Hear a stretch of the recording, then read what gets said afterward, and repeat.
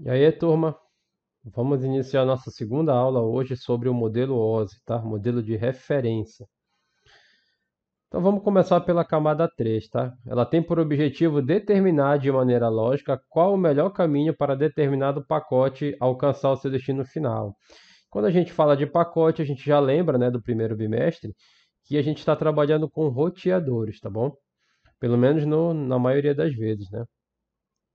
Então, assim, é na camada de rede que o pacote irá definir o caminho que ele irá seguir dentro da rede. Como esta camada é responsável por indicar o caminho, ela também deve realizar o controle de congestionamento desses caminhos para evitar que muitos pacotes fiquem na espera para serem processados, né? O roteador é um equipamento inteligente, né? Ele evita congestionamento, ele vai direcionando os pacotes da melhor maneira possível. Então, dessa maneira, a camada de rede ela deve processar a informação e tratar seus possíveis problemas quanto ao tamanho. Em seguida, definir o melhor caminho ou rota para que esta informação tenha êxito em sua transmissão. Então, ele define as melhores rotas, né? Não é à toa que o nome do equipamento é roteador. Então, uma rede, a gente tem basicamente três tipos de comunicação, tá? Isso dentro da camada 3. A gente tem um unicast, que é um host se comunicando diretamente com outro host, né? A gente chama de um para um. A gente tem aqui a figura um aqui, né? Essa primeira figura aqui, tá? Tem esse carinha de azul, está se comunicando só com verde. Poderia pensar, por exemplo, no computador comunicando com uma impressora, tá? Seria uma comunicação unicast. A gente tem o broadcast, um endereço especial que faz com que todos os hosts ou um conjunto que pertence a uma mesma rede sejam alcançados. Seria um cara desse comunicando com todo mundo, né? Seria o broadcast. E a gente tem o multicast, tá? Permite que um grupo selecionado através de um endereço comunique um para um grupo, né? Para alguns. Então esse cara aqui, ele vai comunicar somente com alguns, tá bom? Então a gente chama de um para um grupo, tá? Esse é o multicast. Bom, os dispositivos de rede que representam a camada 3 são os roteadores e os switches de camada 3, né? Tem alguns switches que fazem o papel de roteador. Só que comumente, né, nas biografias, na bibliografia, a gente vai ver o roteador realmente como sendo o equipamento principal da camada de rede, tá bom? A gente não trata muito o switch. Então, a principal característica de um roteador, que é o que faz o posicionamento dele na camada 3, é que cada interface dele é um domínio de broadcast.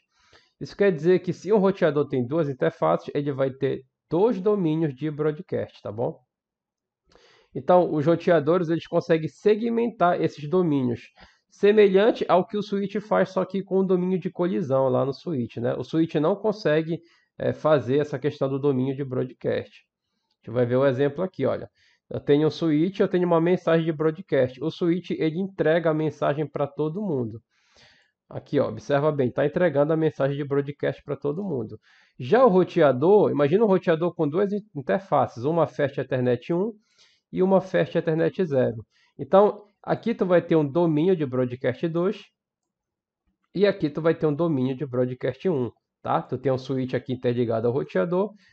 Se eu mando uma mensagem de broadcast, ele só vai passar aqui dentro dessa rede 1 aqui, tá bom? Ele não vai passar lá para a rede 2.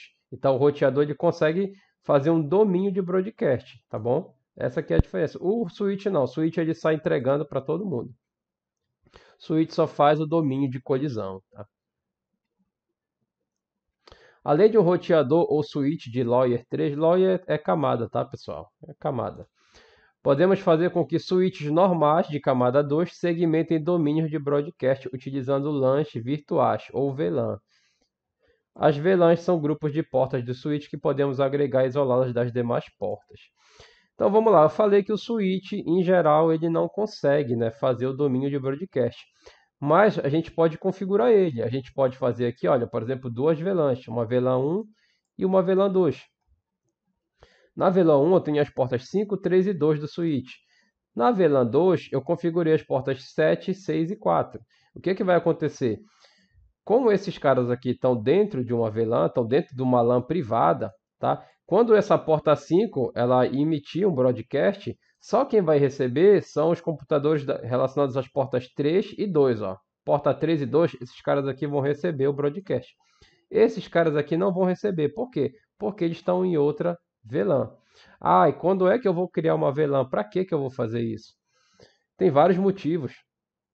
Tu pode criar uma VLAN, por exemplo, só para te colocar as tuas câmeras IP. Eu tenho uma empresa, eu quero colocar câmeras IPs. Então, toda câmera IP eu vou colocar dentro de uma VLAN. Vai ser a VLAN de câmera IP.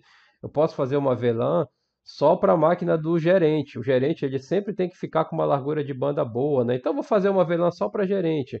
É isolar o problema dele caso haja algum problema, tá bom? Então, tem vários motivos para te fazer VLAN. Então, o broadcast seria a informação que vai chegar só para esses caras aqui, tá bom? Bom, o que vem da camada 4, que a gente ainda não estudou, né? Daqui a pouquinho a gente vai ver, a camada 4 seria a camada de transporte. É passado para a camada de rede como dados de entrada ou payload, que ela deve enviar para um host remoto. Esse dado vai receber um cabeçalho da camada 3, vamos já explicar essa questão do cabeçalho, como é que funciona, tá? O qual contém endereço lógico de origem e destino e vários bits de controle. Isso era enviado para a camada de enlace. Então é uma camada trabalhando com a camada imediatamente inferior, né? A camada de enlace irá montar o quadro para envio na camada física e também irá inserir os endereços físicos de origem e destino para que a comunicação local ocorra. Após o quadro montado, ele é enviado para a camada física e envia os bits através do meio físico, tá?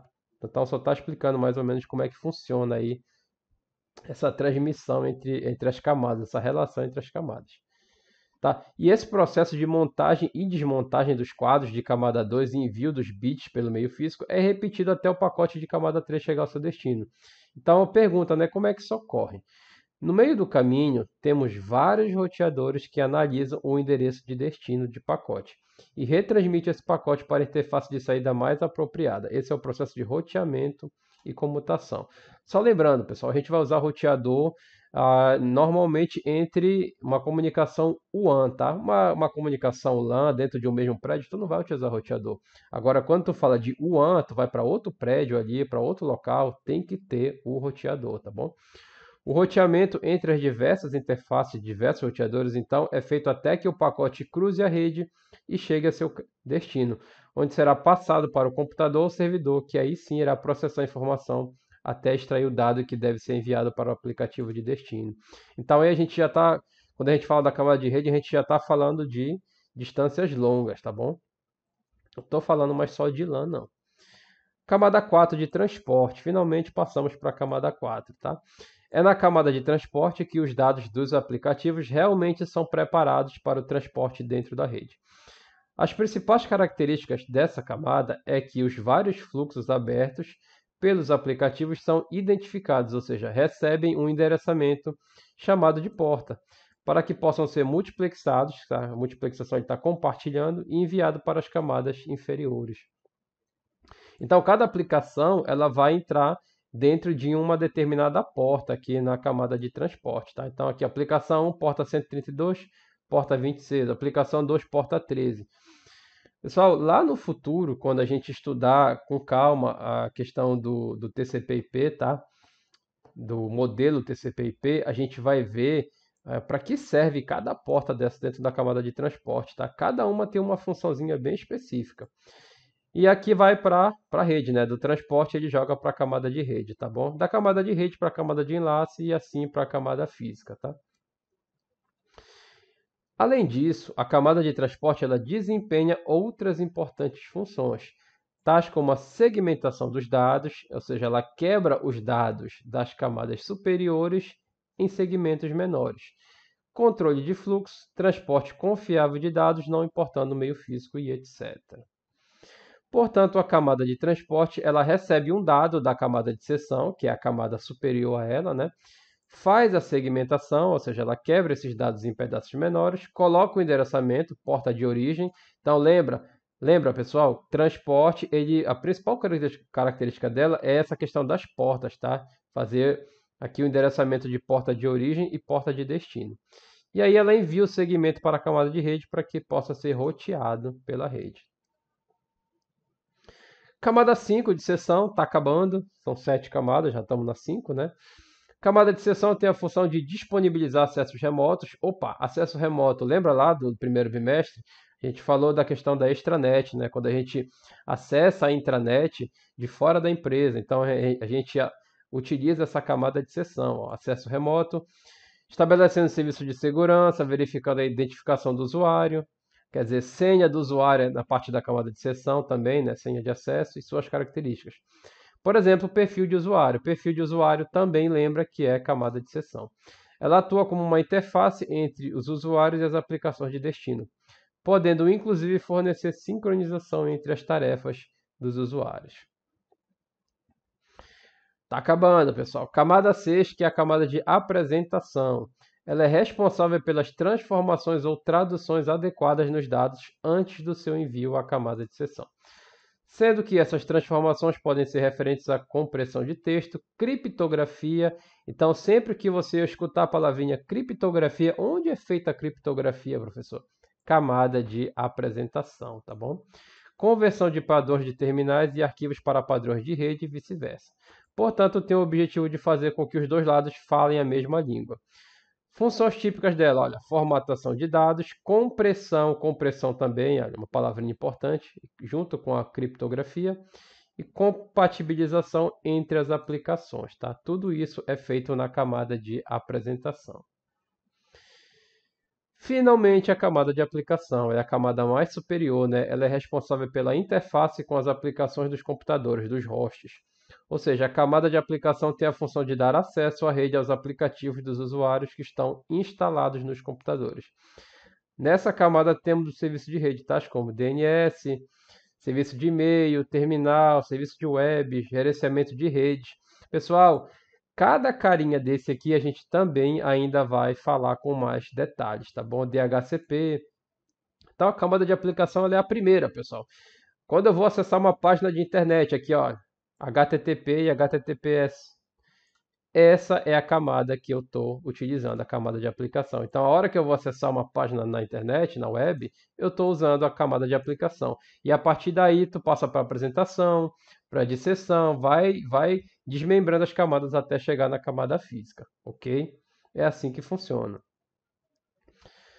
Então, as informações trafegadas entre essas camadas, seção, apresentação e aplicação, a gente chama de dados, tá? É aí que trafegam os dados.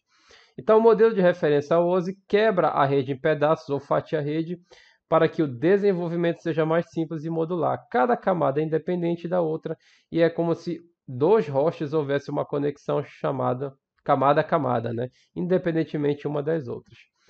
O controle das informações de cada camada é realizado através de uma unidade de protocolo chamada PDU, tá? As quais são inseridas no início chamada de cabeçalho. Esses cabeçalhos são lidos no destino para que o computador saiba o que fazer com a informação. Nele estão contidos instruções, endereços e demais controles necessários para que a comunicação flua entre dois computadores. Então, bora ver como é que funciona, pessoal. Olha aí, olha. Como é que funcionam esses dados? Como é que funcionam essas camadas? Primeiro eu começo com a aplicação. Os dados aqui, olha, começo na camada de aplicação, tá aqui os dados e aqui eu adiciono um cabeçalho, tá bom? E aí eu pego esse cabeçalho aqui junto com os dados e eu passo para a camada de apresentação e aqui eu adiciono mais um cabeçalho. E assim eu vou fazendo, pessoal. Vou pegando a camada anterior e vou adicionando um cabeçalho. Camada anterior e vou adicionando, tá? Até que eu chego na de enlace aqui e eu passo para a física. Na física ele vai ler os bits, né? Aqui já tem a parte dos bits, tá bom?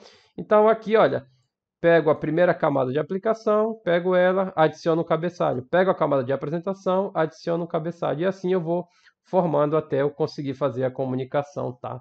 Entre os computadores, entre os hosts, entre os endpoints, chamem do que vocês quiserem, tá? A gente já estudou, sabe que são várias terminologias, tá bom? Bom, então as referências, mais uma vez eu usei aqui a DLTech, tá? Usei aqui a TATEC também para mostrar a figurinha do Unicast, né? Broadcast, Multicast. Então, na próxima aula a gente já começa a mostrar o modelo que de fato foi implementado, que foi o TCP/IP. E no TCP/IP a gente vai detalhar mais essa questão, principalmente da camada de aplicação, tá? Dos serviços lá da camada de aplicação, certo? Obrigado, pessoal. Qualquer dúvida aí é só entrar em contato, tá bom?